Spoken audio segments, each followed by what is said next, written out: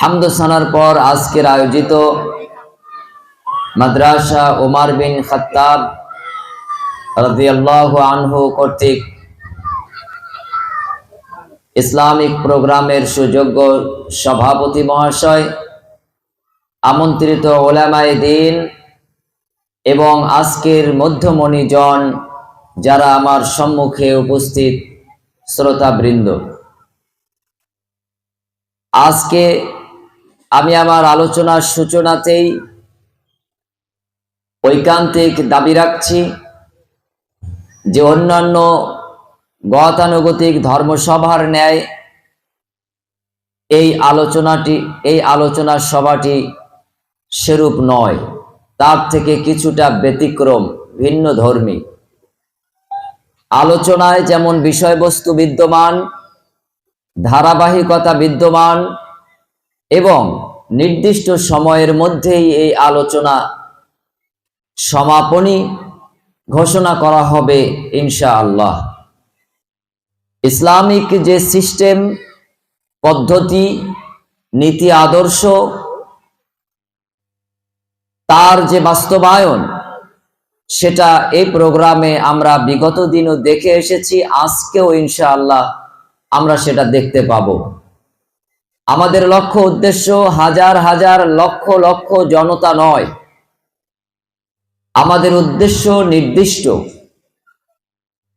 মানব সভ্যতাকে টিকিয়ে রাখবার জন্য, মানব জাতির উন্নয়নের জন্য, ব্যক্তি, পরিবার এবং সামাজিক জীবনের যে অবক্ষয়, সেখান থেকে মানব সমাজকে বাঁচিয়ে পার্থিব এবং পরকালীন জীবনে মুক্তির সোপান হিসেবে আল্লাহ প্রদত্ত যে জীবন ব্যবস্থা, সেটা উপস্থাপন করা। সম্মুখে 200, 500, 1000, 2000 যাই উপস্থিত থাকি না কেন, রেকর্ডিং, ভিডিও, অডিও তথা সাউন্ড সিস্টেমের মাধ্যমে যারা আলোচনা শ্রবণ করেন, কোরআন ও সহিহ সুন্নাহ দিয়ে তাদেরকে আমরা বোঝানোর চেষ্টা করে থাকি যেন আমরা প্রত্যেকে ব্যক্তি জীবন থেকে নিয়ে রাষ্ট্রীয় জীবন পর্যন্ত সর্বক্ষেত্রে মানব সেবায় আমরা আত্মনিয়োগে বলিদান হতে পারি। তার জন্য আমরা সর্বক্ষণ সচেষ্ট। আজও ইনশাআল্লাহ তারই ধারাবাহিকতা বজায় রেখে সংক্ষিপ্ত আকারে গুরুত্বপূর্ণ কয়েকটি কথা বলবার চেষ্টা করব। ওয়ামা তৌফিকি ইল্লা বিল্লাহ আলাইহি তাওয়াক্কালতু ওয়া ইলাইহি উনীব। সম্ভবত আমার আলোচ্য বিষয় নির্দিষ্ট আছে, শিক্ষার গুরুত্ব বা এডুকেশন, এর উপরে আজকে আমার আলোচনা হবার কথা। তবে আলোচনার পূর্বে অত্যন্ত জরুরি কয়েকটি কথা আমি আপনাদের সাথে শেয়ার করতে চাই। সাউন্ড সিস্টেমের মাধ্যমে যাদের কর্ণকুহরে আমার এই আওয়াজ পৌঁছাচ্ছে, আমি সেই আমার সম্মানিতা মা, বোন এবং ভাই ও বাপজিদের একান্ত অনুরোধ করছি, আজকে আমি আল্লাহর মেহেরবানিতে আপনাদের ডাকে সাড়া দিয়ে এ পর্যন্ত আসতে পেরেছি। আজকে একটু আপনাদের সাথে কথা বলবো, কিছু আলোচনা শেয়ার করব, তা দিয়ে আমরা আমাদের এই জীবনকে আলোকময় হিসেবে করে তুলব এবং সেই আলো দিয়ে আমরা আমাদের পরিবারকে আলোকিত করব, সমাজকে আলোকিত করব, এই দেশকে আমরা এগিয়ে নিয়ে যাব। এই সুন্দর থেকে অতি সুন্দরতম একটি পরিবেশে যদি আজকে আপনি বাড়িতেই বসে থাকেন, এর থেকে ব্যথার কি হতে পারে? আপনি যদি আজকে বাড়িতে গালগপ্পেই ব্যস্ত থাকেন, তাহলে এর থেকে ব্যথাতুর বিষয় আমি তো আর বিবরণ দিয়ে, ভাষা দিয়ে ব্যাখ্যাতীত ব্যাপার। অতএব আমি ওইসব ভাই এবং বোনদের দৃষ্টি আকর্ষণ করছি যাদের সুযোগ আছে, সামর্থ্য আছে, আপনারা আপনাদের নির্দিষ্ট জায়গায় আসুন, বসুন। আজকের আলোচনাটা না হয় জলসা লেভেলে না করে আমরা একটু পরামর্শ ভিত্তিক আলোচনা করি। জলসা তো জীবনভর শুনলাম, জলসা মানি বসা, অনেকগুলি লোক এক জায়গায় বসা, জলসা। এভাবে তো বিগত 40 বছর বসলাম। অনেকে আমার চাচা তুল্য, বাপ তুল্য, বয়সে আরো অনেক বেশি। আপনারা তো 60, 70 বছর ধরে এভাবে জলসা করেছেন, বসেছেন, কিন্তু আপনার ব্যক্তি জীবনে এই জলসা দিয়ে আপনি কি উপকার পেয়েছেন? আপনি তো সেই বসেনি। এখান থেকে আপনি যে কিছু নিতে পেরেছেন বা কিছু নিয়ে যান, এরকম কোনো প্রামাণ্যতা তো আমরা আমাদের দৃষ্টিতে এখনো দেখতে পাই না। আপনি কি একটু দেখাতে পারবেন? আসুন আমরা আমাদের চলন শৈলীতে, আমাদের জীবন শৈলীতে কর্মবিন্যাসী আমরা বিন্যাসিত হই। আমরা গতানুগতিক নিয়মে সরকারিভাবে না চলি, পাইকারি দরে না খাই, এখান থেকে একটু ফিরি, একটু চিন্তা ভাবনা করি। দেখেন আল্লাহ সুবহানাহু ওয়া তাআলা কি বলছেন, কাইফা তাকফুরুনা বিল্লাহি ওয়া কুনতুম আমওয়াতান। স্মরণ করো, তোমরা কিছুই ছিলে না, তোমরা ছিলে মৃত। ফাহইয়াকুম, আমি তোমাদেরকে জীবন দিলাম। সুম্মা ইউমিতুকুম, অতঃপর তোমাদেরকে আবার মৃত্যু ঘটানো হবে। সুম্মা ইউহয়িকুম, আবার তোমাদের পুনরুত্থান করা হবে, জীবন দেওয়া হবে। ওয়া ইলাইহি তুরজাউন, এই দিকে ফিরে আসা ছাড়া আর কোনো পথ নেই। এমন একজন মানুষ আপনি এখানে আছেন যিনি হাতটা উঁচু করে বলবেন, হ্যাঁ আমার পর দাদু এখনো বেঁচে আছে, আমার ঠাকুরদা এখনো বেঁচে আছে। একজন মানুষ হাতটা উঁচু করে কি বলতে পারবেন? আছে কি তারা কেউ? আমার আপনার ঘরের আনাচে কানাচে ওই বাঁশ ঝোড়ের বাঁশ বাগানের কোনো এক কর্নারে মাটি চাপা দিয়ে তাকে রাখা হয়েছে সেই সুদীর্ঘকাল আগে। এখন যদি সেই গর্ত খোঁড়া হয়, হাড় হাড্ডি মাটিতে মিশে গেছে হয়তোবা, অথবা কিছু চিহ্ন পাওয়া যেতে পারে। যদি আমি মুসলিম এমনটা, আর যদি আমি সনাতন ধর্মাবলম্বী হই, তাহলে এই জীবনে সূর্য আলো অবস্থাতেই আগুনে পুড়িয়ে শ্মশানে নিয়ে ভস্য সেটা আবার গঙ্গার জলে ভাসিয়ে নিঃশেষ করে দেওয়া হয়েছে। আমি যদি খ্রিস্ট হই, আমাকে আপনাকে কফিনে এভাবেই দাফনস্থ করা হয়েছে। এভাবে করে বৌদ্ধিস্টের এক নীতি, আস্তিকের এক নীতি, নাস্তিকের এক নীতি। এমন কেউ কি আছে যিনি বলতে পারি যে আমার সেই সব মানুষগুলি এখনো আছে যারা শয় শয় বছর পৃথিবীতে জীবন ধারণ করছে, হাজার হাজার বছর অবস্থান করছে? একজনও আমরা বলতে পারবো না, কারণ এটাই বাস্তব, তারা কেউ এই পৃথিবীতে বেঁচে নেই। এমন একজন মানুষ আমরা এখানে অনেকজন আছি যিনি কমপক্ষে 10টা মাইয়েত, 10টা লাশ কবরস্থ করেছি। ভাই কজন আছি 10টা লাশ জানাজায় শরীক হয়েছি? একটু হাত উঁচু করি দেখি, একটু পরীক্ষা, ক্যামেরাটা একটু ঘোরান তো দেখি। 10টা কমপক্ষে, 10, 20, 50 এমনটা আছে। প্রায় প্রত্যেকটা মানুষ আমরা 10টা মৃত্যু মানুষকে দাফন করেছি একজন মুসলিম হিসেবে। আপনি এই 10টা মৃত্যু মানুষকে কবরস্থ করলেন। এক একটা মানুষ থেকে যদি আপনি একটা শিক্ষা গ্রহণ করেন, তাহলে 10টা ভালো জিনিস আমাদের জীবনে অবশ্যই থাকা উচিত ছিল। আছে কি? মৃত্যু থেকে আমরা কি একটাও শিখতে পেরেছি? আমরা পারিনি। জানাজা মানুষ পড়ে, আমরাও জানাজায় যাই। মানুষ মারা গেলে তাকে দাফন করতে হয়, মাটি দিয়ে আসতে হয়, আমরাও দেই। কিন্তু এই যে কবরবাসীদেরকে নিয়ে আমাদের চেতনার ব্যাপার আছে, শিক্ষার ব্যাপার আছে, এটা তো কখনো আমরা ভাবিনি। কি আমাদের ভাবনা?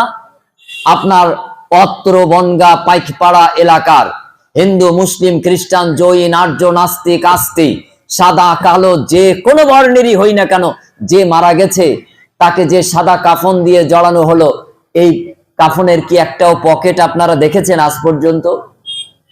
নেই তো। কাফনের পকেট আছে? আচ্ছা, আপনি ধনী মানুষ, শিল্পপতি মানুষ, আপনি যদি বলেন যে আমার কাফনে 2টো পকেট দিও, আমার গহনাগাটি যা আলমারি ভর্তি আছে তার থেকে কিছু পকেটে ভর্তি করে দিও, আপনার ছেলে এই কথা মানবে? আপনার বৌমা এই কথা শুনবে? আপনার স্ত্রী এই দাবি মেনে আপনার পকেটে বানিয়ে কিছু দিয়ে দেবে? আপনার জামাতা এই কথা বিশ্বাস করবে? কখনোই নয়। বরং আপনি যদি নারী হন, মৃত্যুর সাথে সাথে আপনার কানের গহনাটা খুলে নিয়ে নেবে আপনার মেয়ে, আপনারই বোন, আপনারই সমাজের আরেকজন নারী। তাহলে কেন রাহাজানি? তাহলে কেন অন্যায়? তাহলে কেন দুর্নীতি? তাহলে কেন চুরি? তাহলে কেন ডাকাতি? তাহলে কেন হাইজ্যাক? তাহলে কেন ছিনতাই? এগুলি চিরদিনের জন্য ইসলাম হারাম করেছে। সব ধর্মের বিধানে এটা হারাম করা হয়েছে। শাশ্বত দিন ইসলাম এরই নাম। সমাজ ব্যবস্থায় চুরি থাকবে না, ডাকাতি থাকবে না, হাইজ্যাক থাকবে না, ছিনতাই থাকবে না, রাহাজানি থাকবে না, জুলুমবাজি থাকবে না, নিপীড়ন থাকবে না, নিষ্পেষণ থাকবে না, নির্যাতন থাকবে না। এসব কোনো অন্যায় বিভীষিকাময় অবস্থা কোন অবস্থাতে আমাদের দৃষ্টিগোচর হবে না। যদি এটা হয় তাহলে সেটা একটা শান্তিপূর্ণ অবস্থান। এই শান্তিতে আমরা প্রত্যেকেই থাকতে চাই, কিন্তু শান্তি প্রতিষ্ঠার জন্য আপনার যে প্রচেষ্টা সেটা আপনি করেন না। আপনি 500 গ্রাম চালের ভাত খেতে পারবেন না, 500 গ্রাম মাছ খেতে পারেন না একসাথে, আপনি 5 কেজি মাছ মাংস খেতে পারবেন না, এটাই বাস্তব। কিন্তু তারপরেও আপনি অন্যায় অপরাধ করে দুর্নীতি করে কোটি কোটি টাকা আপনি জমানোর চেষ্টা করবেন। এর নাম অমানিসা, এর নাম অন্ধকার, এর নাম জেহালাত, এর নাম মূর্খতা, এর নাম সমাজ ধ্বংস, এর নাম মানব সভ্যতাকে নির্মূল করার প্রচেষ্টা। ইসলাম 1444 বছর আগে মানব সভ্যতাকে গড়ে তোলবার জন্যই এই প্রচেষ্টার ব্যবস্থা দিয়েছে। সমস্ত অন্যায়ের বিপক্ষে হক এবং সত্যকে উপস্থাপন করা হয়েছে। আল্লাহ সুবহানাহু ওয়া তাআলা তাই দ্ব্যর্থহীন ভাষায় ইরশাদ করেছেন, ওয়াকুল জাআল হক ওয়া যাহাকাল বাতিল ইন্নাল বাতিলা কানা যাহুকা। সত্য আগত, মিথ্যা বিলুপ্ত, সত্য দিয়ে মিথ্যাকে চূর্ণ বিচূর্ণ করা হয়, এটাই ব্যবস্থা। আমি আমার আলোচনায় প্রবেশের পূর্বে ছোট্ট একটি উপমা দিয়ে দৃষ্টি আকর্ষণ করছি।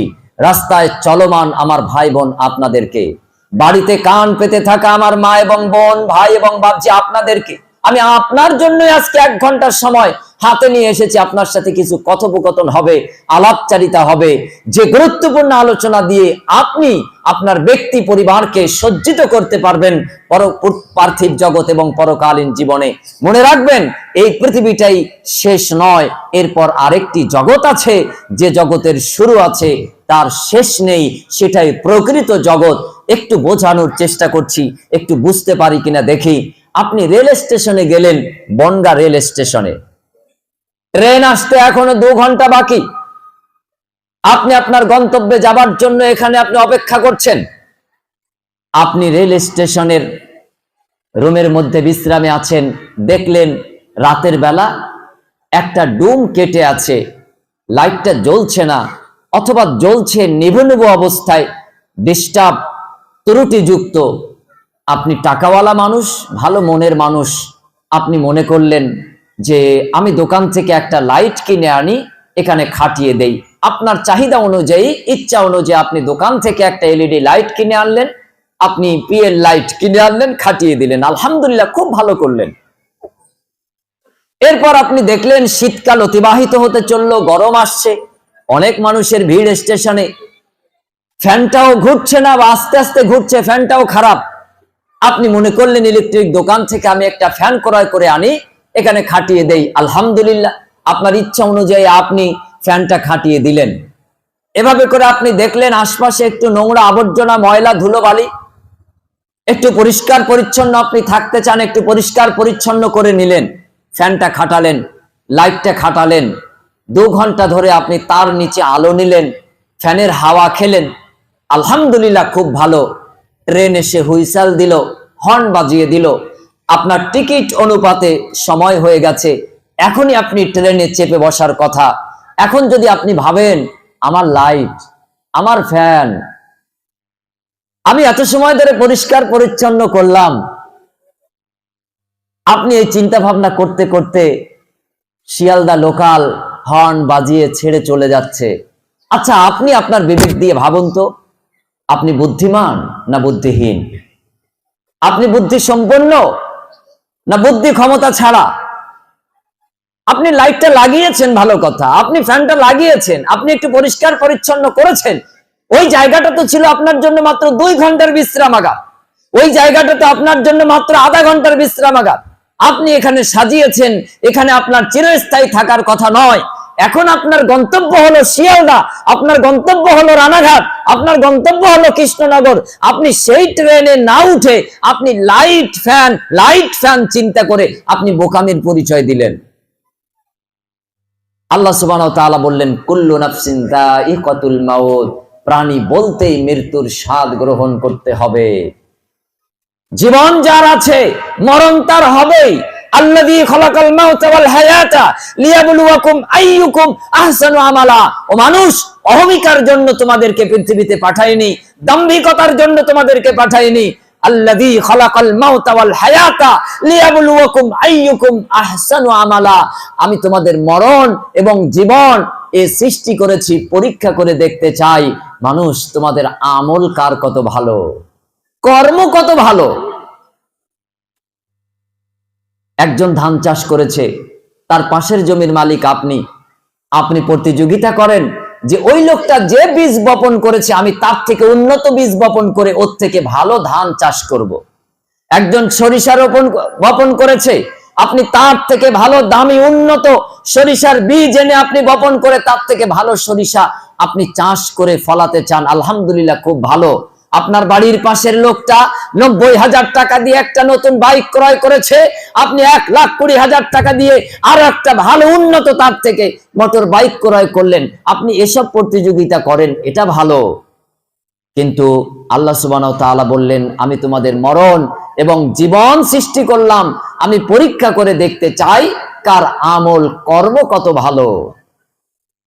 জীবন চেতনার মূল চাবিকাঠি তিনটি বিষয়ের উপরে বিদ্যমান। ইন্নাল্লাহা ইয়া'মুরুকুম বিল আদলি ওয়াল ইহসান। এক নাম্বার হলো ন্যায় পরায়ণ হওয়ার জন্য আল্লাহ আদেশ করেছেন। অতএব আপনি সালাত আদায়, আপনি সিয়াম সাধনাকারী, আপনি হজ সম্পাদনকারী, আপনি যাকাত প্রদানকারী, আপনি কালেমায় বিশ্বাসী, কোনো অসুবিধা নেই। কিন্তু আপনি যদি ন্যায় পরায়ণ না হন, আপনি যদি ইনসাফকারী না হন, আপনি যদি বেইনসাফকারী হন আর অন্যায় পরায়ণ হন, তাহলে আপনার কালেমা, আপনার সালাত, আপনার সিয়াম, আপনার হজ, আপনার যাকাত, আপনার দান, আপনার খায়রাত এগুলি কোনো কাজে আসবে বলে কোরআন গ্যারান্টি দিতে পারেনি, হাদিস গ্যারান্টি দেয়নি, আল্লাহ গ্যারান্টি প্রদান করেনি, ইভেন রাসূল সাল্লাল্লাহু আলাইহি ওয়াসাল্লামও গ্যারান্টি দেননি। মুহাম্মদুর রাসূলুল্লাহ সাল্লাল্লাহু আলাইহি ওয়াসাল্লাম নবুয়ত পেলেন 40 বছর বয়সে, কিন্তু তার জন্মের একদিন থেকে 40 বছর পর্যন্ত তিনি ছিলেন পাকা খাঁটি ন্যায়পরায়ণ। তিনি তার দুধ বোনের সাথেও কখনো বেইনসাফি করেননি, তিনি তার দুধ মাতার সাথেও কখনো বেইনসাফি করেননি, তিনি তার খেলার সাথীদের সাথে কখনো অন্যায়পরায়ণ এবং দুর্ব্যবহার করেননি, তিনি তার এলাকার মানুষজন প্রতিবেশীর সাথে কখনো দুর্ব্যবহার করেননি, অন্যায় করেননি, অন্যায় পরায়ণতা করেননি। এটা ছিল মুহাম্মদ সাল্লাল্লাহু আলাইহি ওয়াসাল্লামের নবুয়ত, নবী হওয়ার আগের আদর্শ। নবুয়ত প্রাপ্তির পরে, নবী ও রাসূল হবার পরে তার আদর্শমালা, ন্যায় পরায়ণতা 1,00,000% থেকে কোটি পার্সেন্টে উন্নীত হয়েছিল, 1000% থেকে 1,00,000% উন্নীত হয়েছিল, কোটি থেকে কোটি কোটি গুণে আরো উন্নতি লাভ করেছিল। কিসে? ন্যায়পরায়ণ। সর্বদিক থেকে তিনি ছিলেন ন্যায়পরায়ণ, সব দিক থেকে। ইতিহাস বিবেচনা করলে, বিচার করলে, বিশ্লেষণ করলে এটাই প্রমাণিত হয়। আজকে মুসলিম হিসেবে যেমনটা আমরা অন্যায়পরায়ণ, অন্যান্য ধর্মের দাবি নিয়ে আমরাও চূড়ান্ত ভাবে অন্যায়পরায়ণ। শুধু মাথায় টুপি দিয়ে মুসলিম দাবি করছি, এটা আমাদের ধর্মের লেবাস, সাইনবোর্ড হিসেবে ব্যবহৃত হচ্ছে। মাথায় টুপি, মুখে দাড়ি, গায়ে জুব্বা জামা, মুসলিম দাবি নিয়ে মুসলমানের এই লেবাস এবং এই ব্যানারগুলিকে ব্যবহার করে, অথচ কোরআনের আয়াত অনুযায়ী, হাদিসের কথা অনুযায়ী, ইসলামের ইতিহাস অনুযায়ী আমাদের অধিকাংশ লোকের ইসলামী কোনো কার্যাবলী নেই, কোনো কার্যকলাপ আমাদের সম্পাদন নেই। তার জন্য আজকে ইসলামের নামে ইসলামকে কলঙ্কিত করছে অনেক নামধারী মুসলিম, অধিকাংশ নামধারী মুসলিম। কারণ সে দেখায় আমি নামাজ পড়ি, সে দেখায় আমি রোজা রাখি, সে দেখায় আমি হজ করি, সে দেখায় আমি টুপি পরি, সে দেখায় আমি পাঞ্জাবি পরি, দেখো আমি কত মুসলমান, আমি কত খাঁটি বড় মুসলমান। আসলে এগুলি সব একটা নাটকের অংশ। এভাবে মুসলমানিত্ব প্রমাণ করা যায় না, এভাবে কোনো ধর্মকে উপস্থাপন করা যায় না। ধর্মকে উপস্থাপন করতে গেলে সেই ধর্মের মূল কিতাব আপনাকে মানতে হবে, বুঝে তারপরে সেই ধর্মের গ্রন্থকে আপনাকে পড়তে হবে, বুঝতে হবে। এরপর আপনাকে পদে পদে, ক্ষণে ক্ষণে যেখানে যতটুকু মান্যতা দেবার প্রয়োজন সেখানে ততটুকু মানতে হবে। তো সর্বাগ্রে আপনি যদি একজন মুসলিম, তাহলে আপনাকে হতে হবে 100% শতভাগ ন্যায়পরায়ণ। আপনি স্বামী হিসেবে স্ত্রীর কাছে যেমন ন্যায়পরায়ণ, আপনি ভাই হিসেবে বোনের কাছে তদ্রূপ ন্যায়পরায়ণ। আপনি বোন হিসেবে ভাইয়ের কাছে যেমন ন্যায়পরায়ণ, তদ্রূপ ভাবে আপনি সমাজের একজন সাধারণ মহিলা কিংবা পুরুষ হিসেবে আপনার আশপাশে যেসব প্রতিবেশী জন আছে, তারা হিন্দু হোক, খ্রিস্টান হোক, মুসলিম হোক, জৈন হোক, আর্য হোক, এমনকি তারা যদি কোনো ধর্ম না মানে, তারপরেও তাদের সাথে আপনাকে চূড়ান্ত শতভাগ ন্যায় পরায়ণতা অবলম্বন করতে হবে। কোনো ক্ষেত্রে, কোনো অবস্থায় তাদের উপরে অন্যায় পরায়ণতা করা যাবে না। ন্যায়পরায়ণ কিভাবে হওয়া যায়? কিভাবে আমি ন্যায়পরায়ণ হতে পারি? আপনি একজন মহিলা, বাড়ির কর্ত্রী, আপনার স্বামী আপনাকে বাজার থেকে, মৎস্য হাট থেকে এক টুকরো মাছ ক্রয় করে এনে দিয়েছেন। এই এক পিস রুই মাছ নিশ্চয়ই তার একটি মাথা। এই মাথাটাকে আপনি মাঝখানে ফালি করবেন, চেরাই করবেন। যেহেতু আপনার বাড়িতে একটা ছেলে একটা মেয়ে, দুটি সন্তান আপনার আছে, অতএব আপনি এই রুই মাছের মাথাটাকে ফালি করে এরপর রান্না হবে। এরপর এক টুকরো, এক অংশ আপনি দেবেন আপনার মেয়ের প্লেটে, আরেক অংশ দেবেন আপনার ছেলের প্লেটে। আপনি বাড়ির একজন মহিলা কর্ত্রী হিসেবে আপনি ন্যায়পরায়ণ। আপনার ছেলে এবং মেয়ে, তাদের উপরে সমতা রেখেছেন, তাদের উপরে আপনি বেইনসাফি করেননি, তাদের উপরে আপনি ন্যায় সঙ্গত বিচার করেছেন। আপনি রান্নার পরে তরকারি পরিবেশনেও এটা প্রমাণিত। আগের সাউন্ডটাই রাখেন, আগের সাউন্ডটাই ওকে। আপনি মা, আপনি ন্যায়পরায়ণ। আপনি বাপ, আপনি কিভাবে ন্যায়পরায়ণ হবেন আপনার সন্তানের প্রতি? আপনার মেয়েটাকে আপনি বিবাহ দিয়ে দিয়েছেন, মেয়েটার স্বামীর বাড়িতে চলে গেছে, কিন্তু আপনার বাড়িতে একটি নারকেল গাছ আছে। এই নারকেল গাছে মাত্র 2টি নারকেল হয়েছে। নারকেল দুটি পাকলো অথবা ডাব অবস্থায় আপনি পেরেছেন, নামিয়ে এনেছেন, আলহামদুলিল্লাহ, কোনো অসুবিধা নেই। কিন্তু আপনি বাপ হিসেবে আপনার ওই বিবাহ দেওয়া আপনার মেয়েটা 5 কিলোমিটার 10 কিলোমিটার দূরে যেখানেই হোক না কেন, ওই মেয়ের বাড়িতে একটা নারকেল পাঠাবেন। আপনার বাড়িতে যে ছেলেটা আছে, আপনারা আছেন, তাদেরকে নিয়ে আপনি একটা ডাব, একটা নারকেল খাবেন। এটা ন্যায়পরায়ণতা। মনে রাখবেন, যতদিন পর্যন্ত আপনি বাপ বেঁচে আছেন, বেঁচে থাকা অবস্থায় আপনার কলিজার অংশ ছেলে মেয়ে তারা সমান প্রাপ্তি, তাদের সমান অধিকার। এর নাম মানবাধিকার। আপনি যদি আপনার ছেলের প্রতি কোলটান ছোলটান করেন, মেয়ের প্রতি একটু দুধ ছাট করেন, আপনি কিয়ামতের মাঠে আল্লাহ রাব্বুল আলামিনের সামনে সব থেকে লজ্জিত অবস্থায় উত্থিত হবেন। আপনি মাথা উঁচু করে তাকাতে পারবেন না, চোখ উঁচু করে দাঁড়াতে পারবেন না। কারণ বিচারালয়ে যখন চোর দাঁড়ায়, তখন সে কখনো মাথা উঁচু করে দাঁড়াতে পারে না। চোর জানে আমি চুরি করেছি, অন্যায় করেছি, আমার মাথা এখন হেড করে দেওয়া হবে, নিচু করে দেওয়া হবে। তাই বিচারকের সামনে তার চোখ উঁচু হয় না, মাথা উঁচু হয় না।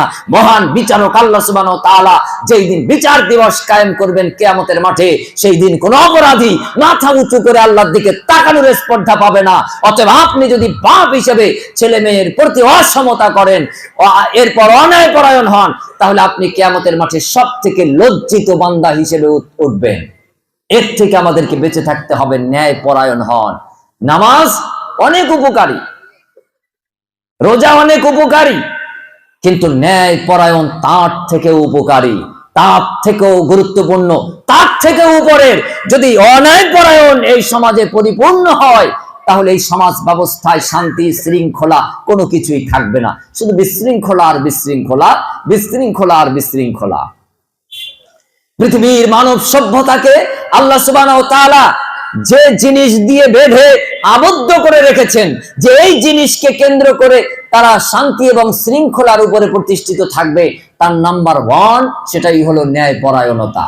এজন্য আল্লাহ রাব্বুল আলামিন মানব জাতিকে নির্দেশ দিয়েছেন, তোমরা ন্যায়পরায়ণ হও।